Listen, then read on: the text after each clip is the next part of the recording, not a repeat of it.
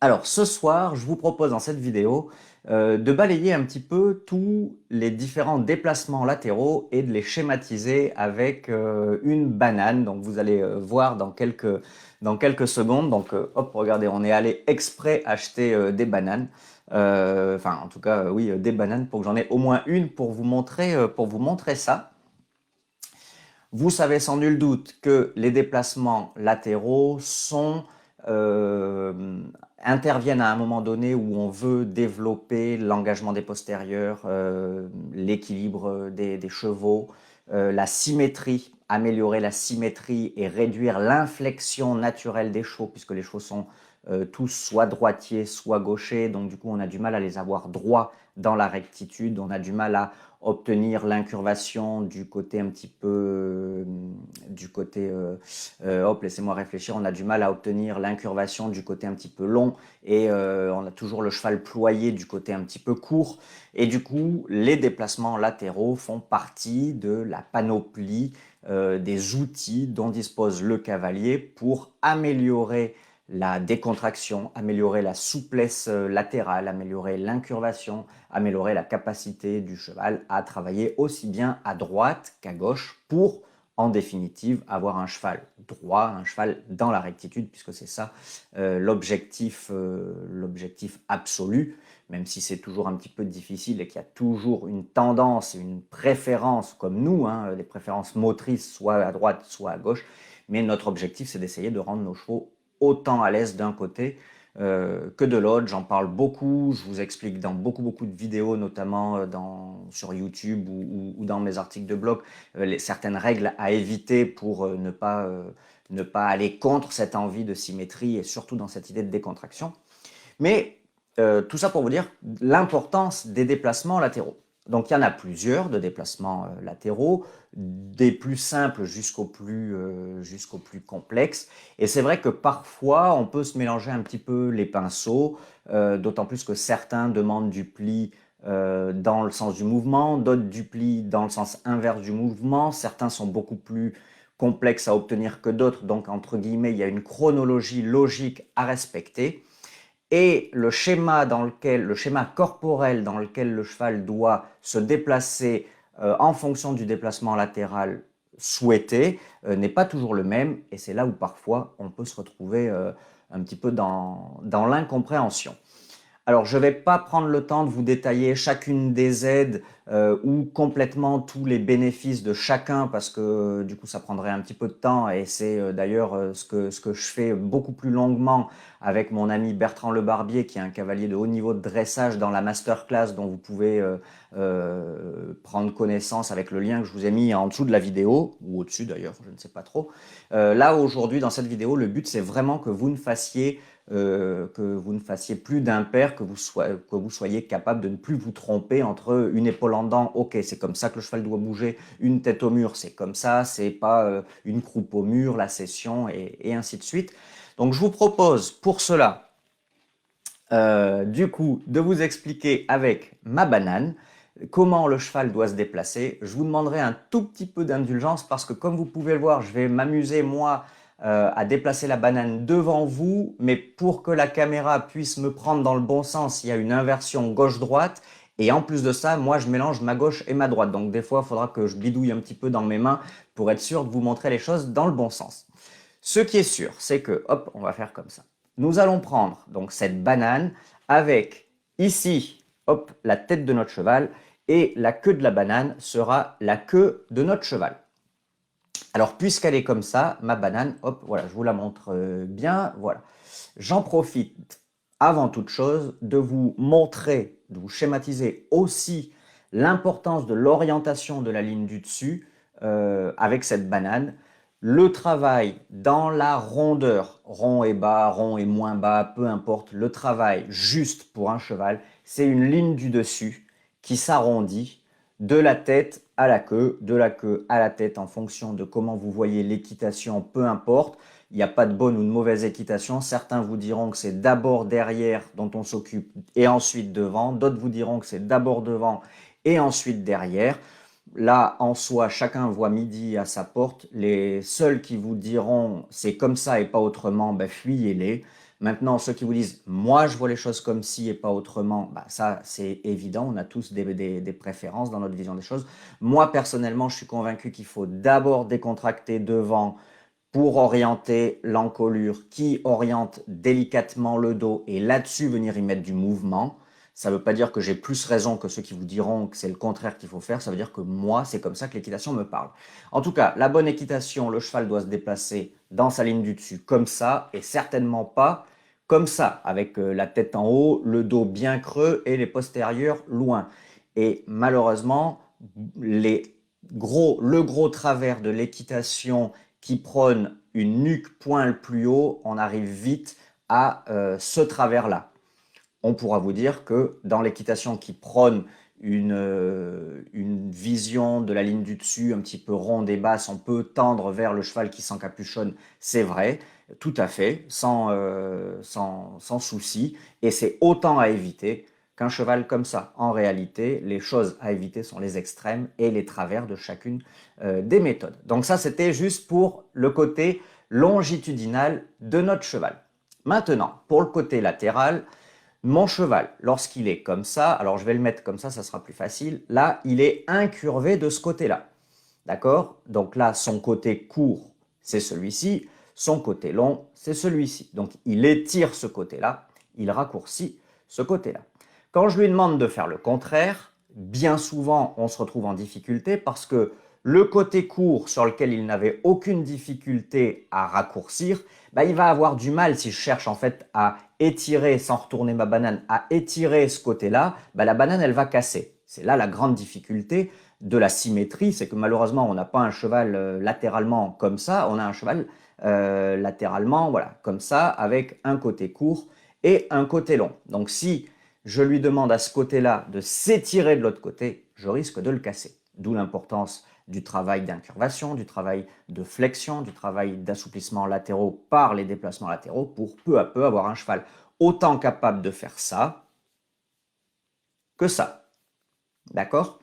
En ce sens-là, les déplacements latéraux vont nous permettre d'étirer le côté court, d'aider le côté long à se raccourcir, ce qui en soi n'est rarement un problème. Ce n'est un problème que parce que le côté court a du mal à s'étirer. Bon, une fois qu'on a dit ça, c'est un peu technique et théorique, parce qu'en réalité, si le cheval il a du mal à se ployer à gauche parce qu'il a du mal à étirer son côté droit, ça revient un peu au même, il a quand même du mal à se ployer à gauche.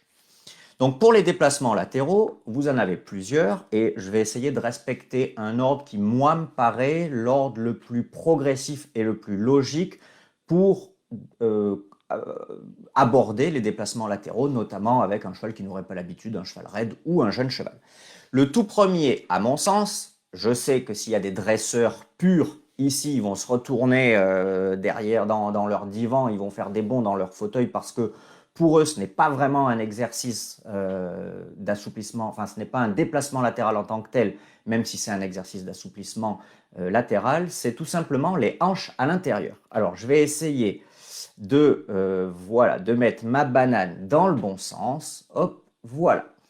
Dans ce mouvement-là, comme vous pouvez le voir, j'ai mis la tête de mon cheval orientée, l'encolure de mon cheval regarde le pare-botte. Du coup, sous l'effet de ma jambe isolée extérieure, mon cheval va se déplacer comme ça. Hop, voilà. Donc, il regarde à l'extérieur et ses hanches sont décalées à l'intérieur. Moi, j'appelle ça les hanches à l'intérieur. Ok? Donc, c'est un exercice qui va demander par la jambe isolée extérieure au cheval de mettre ses hanches à l'intérieur tout en restant avec les antérieurs sur la piste. C'est un exercice qui est facilité par le fait que le cheval regarde à l'extérieur. Comme vous emmenez le bout du nez à gauche de votre cheval, il a moins de difficulté à pivoter et à envoyer ses hanches vers la droite. Et donc votre cheval, hop, il est comme ça et il avance comme ça. La tête, les fesses. Ok? C'est un exercice très intéressant pour apprendre au cheval à céder et à se pousser sur la jambe isolée extérieure. Donc je vous remonte. Vous mettez le bout du nez contre le mur. En gros, hein, si vous êtes dans le manège, vous écartez avec votre rêne d'ouverture, vous écartez le bout du nez contre le mur. Le cheval regarde contre le mur. Sous l'effet de votre jambe isolée extérieure, le cheval décale ses hanches vers l'intérieur. Ça, c'est à mon sens le premier exercice de déplacement latéral qui donc du coup ne sollicite que les postérieurs. Maintenant, l'aspirine de l'équitation, l'épaule en dedans. Alors, dans l'épaule en dedans, laissez-moi le temps de prendre et de mettre ma banane. Voilà, là, je suis pas mal. Le cheval, bout du nez à l'intérieur, donc on est dans l'incurvation. Dans les hanches en dedans, tout à l'heure, on était en contre-incurvation. Le cheval ne regardait pas dans le sens de la marche. Dans l'épaule en dedans, le cheval regarde dans le sens de la marche. Donc l'épaule en dedans, les épaules ici sont en piste intérieure, quand les hanches ici restent sur la piste. De ce fait, seules les épaules vont croiser et mon cheval avance toujours dans ce sens-là. Ok, donc les épaules sont sorties en piste intérieure. En fait, le premier pas, le premier temps d'une épaule en dedans, c'est le tout premier temps d'un cercle. Vous sortez les épaules du cercle de la piste de votre cheval pour débuter un cercle. À ce moment-là, votre jambe intérieure à la sangle demande au reste du corps de votre cheval de rester sur la piste. Et donc, du coup, vous avez un cheval qui se déplace comme ceci. Les épaules en piste intérieure, les hanches restent sur la piste. Dans ce déplacement-là, seules les épaules sont censées se croiser. Les postérieurs, eux, ne se croisent pas. L'épaule en dents est considérée comme l'aspirine de l'équitation parce qu'elle améliore vraiment beaucoup de choses. Mais encore une fois, ce n'était pas trop le sujet de cette vidéo-là. Vous avez toutes ces explications-là dans la masterclass. Mais malgré tout, je prends 3 secondes pour vous dire que, et ça c'est Bertrand qui me le disait dans la masterclass le jour où on l'a tourné, que même un cheval de 4 ans doit être initié très rapidement à l'épaule en dedans, qui est une épaule en avant. Si vous entendez ce terme-là, épaule en avant, c'est juste que l'angle demandé est moins important qu'une épaule en dedans. Mais c'est vraiment important que le cheval assez vite soit initié à ce mouvement-là. Donc évidemment, comme on le dit, hein, l'épaule en dedans d'un 4 ans, ce n'est pas l'épaule en dedans d'un cheval de Grand Prix de haut niveau, mais malgré tout, ça reste son déplacement latéral, son mouvement latéral. Une fois qu'on combine un petit peu ces deux mouvements-là, on arrive au premier déplacement latéral global, qui, à mon sens, arrive en 3e position dans la progression des déplacements latéraux d'un cheval classique, hein, obstacle, dressage, mais même un cheval d'instruction, un cheval de balade. C'est pas parce que vous partez en balade que vous devez laisser votre cheval se raidir de partout et ne pas s'assouplir et ainsi de suite. Ça, à mon sens, c'est une évidence. C'est la cession à la jambe. Donc, dans la cession à la jambe, alors là, je vais peut-être un petit peu plus galérer. On va voir. Ok, alors je vais essayer de vous trouver le truc comme il faut. Hop, voilà.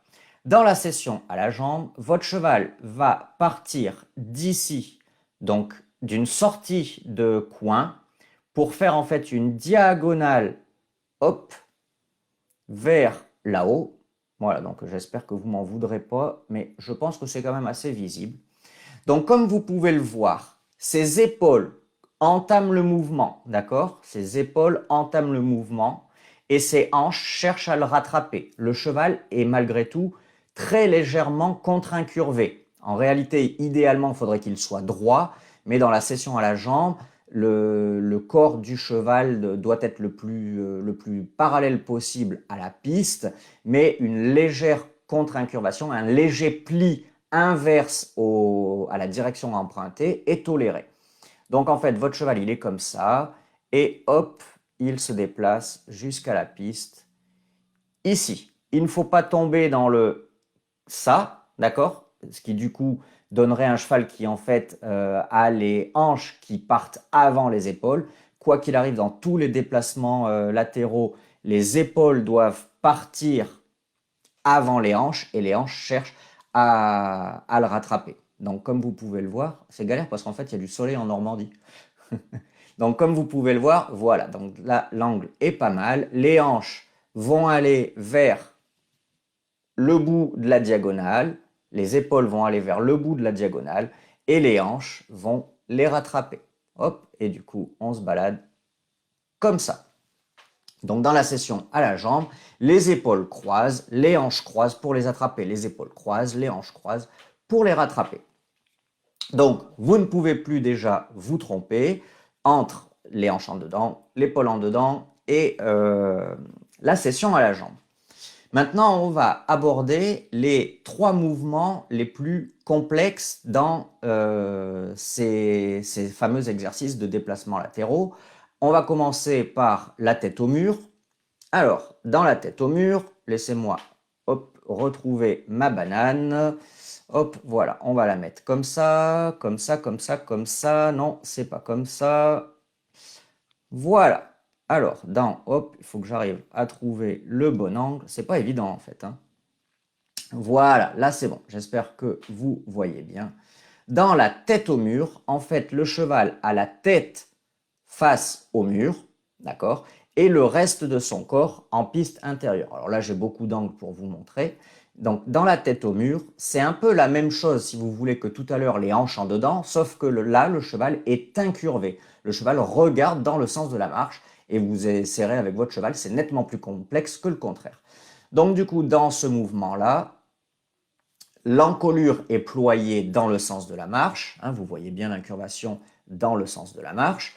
Les hanches sont en piste intérieure et du coup c'est le postérieur extérieur qui vient croiser en passant devant le postérieur intérieur. Donc ça c'est un peu technique, mais du coup vous voyez bien que ça, on garde l'incurvation du sens de la marche et on étire le côté extérieur. Et donc mon cheval se déplace bien, laissez-moi retrouver l'angle avec ma banane, se déplace bien comme ça. Alors là j'ai beaucoup d'angles, hein, mais c'est vraiment pour vous schématiser l'exercice.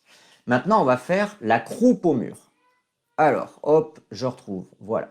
Donc dans la croupe au mur, mon cheval a ce coup-ci toujours incurvé, ce coup-ci il est incurvé il est incurvé dans le sens de la marche parce qu'il est ployé, il est contre-incurvé par rapport à la piste utilisée, mais il a ses hanches contre le mur et du coup il se déplace comme ça avec son bout du nez vers l'extérieur, son bout du nez dans le sens du postérieur qui est sollicité.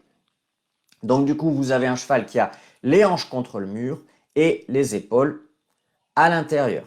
Donc, vous l'aurez compris, là, le cheval regarde dans le sens opposé à la piste empruntée. Hop, et donc du coup, il se déplace comme ça. Et là, on est dans la croupe au mur. Ici, on faisait, hop, alors ma banane, elle galère à se mettre dans le bon sens. Voilà. Ici, tout à l'heure, on faisait les hanches dedans. D'accord? Hanches en dedans. Ensuite, ici, on fait épaule en dedans. Ici, on fait tac, croupe au mur. Et ici, on fait hop, voilà, tête au mur. Voilà, donc j'espère que vous voyez bien les différences. Et donc maintenant, on va faire, hop, alors on va se mettre comme ça. Voilà, là on est parfait, on va se mettre comme ça. Et on va passer à l'exercice le plus complexe de déplacement latéraux, qui à nouveau est un exercice de déplacement latéral global, qui va du coup solliciter les épaules et les hanches de votre cheval. Avec du coup un cheval qui, ce coup-ci, est incurvé dans le sens de la marche, puisqu'il va il va aller là, hein, en diagonale ce coup-ci. Comme la session tout à l'heure, on fait ce mouvement-là en diagonale, avec un cheval dont c'est toujours les épaules qui vont amorcer le mouvement et les hanches qui cherchent à les rattraper. Et donc un cheval qui va se déplacer en diagonale comme ceci. Hop.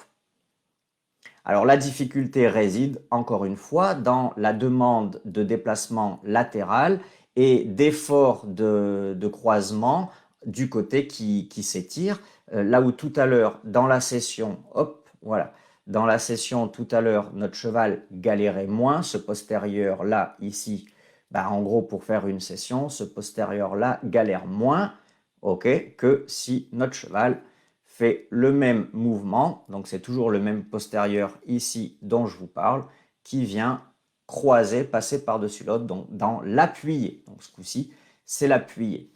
Voilà, donc j'espère que j'ai été à peu près clair. C'est pas toujours évident de bien positionner ma banane, surtout parce que la caméra m'inverse la gauche et la droite et de pas m'embrouiller dans les histoires d'incurvation, de contre-incurvation quand je vous fais les explications en même temps. J'espère que ça va vous permettre un petit peu plus facilement de schématiser dans quel sens doit se mettre le cheval pour comprendre vraiment ce que vous attendez de lui et du coup bah, vous dire ok là c'est vraiment une tête au mur, là c'est vraiment une croupe au mur que j'ai fait et ainsi de suite. De toute manière, ne vous prenez pas vraiment la tête, l'essentiel étant que votre cheval soit le plus souple et le plus décontracté possible. Ça me permet aussi de vous faire un petit rappel là-dessus. Même si les déplacements latéraux sont indispensables pour améliorer la souplesse de votre cheval, des kilomètres d'épaule en dents, comme on a pu essayer de vous faire croire, ou moi dans le temps j'ai pu faire dans une ancienne vie, des kilomètres d'épaule en dents parce que c'était l'aspirine de l'équitation sur un cheval crispé, ben en fait ça sert à rien, ou pire, c'est carrément néfaste. Les déplacements latéraux, comme tout exercice d'assouplissement, ne sont valables et bénéfiques qu'à partir d'un corps, cheval ou humain, hein, c'est pareil pour nous, si on apprend à faire le grand écart, il faut qu'on soit décontracté physiquement et mentalement avant de chercher à améliorer notre souplesse.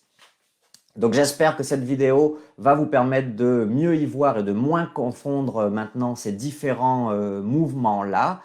Et ce que je vous propose, c'est de remonter un peu sur vos coms et de répondre à vos questions s'il y en a. J'espère que ce côté un petit peu ludique de ce live-là vous a plu et vous donnera envie d'aller un petit peu plus loin sur cette connaissance des différents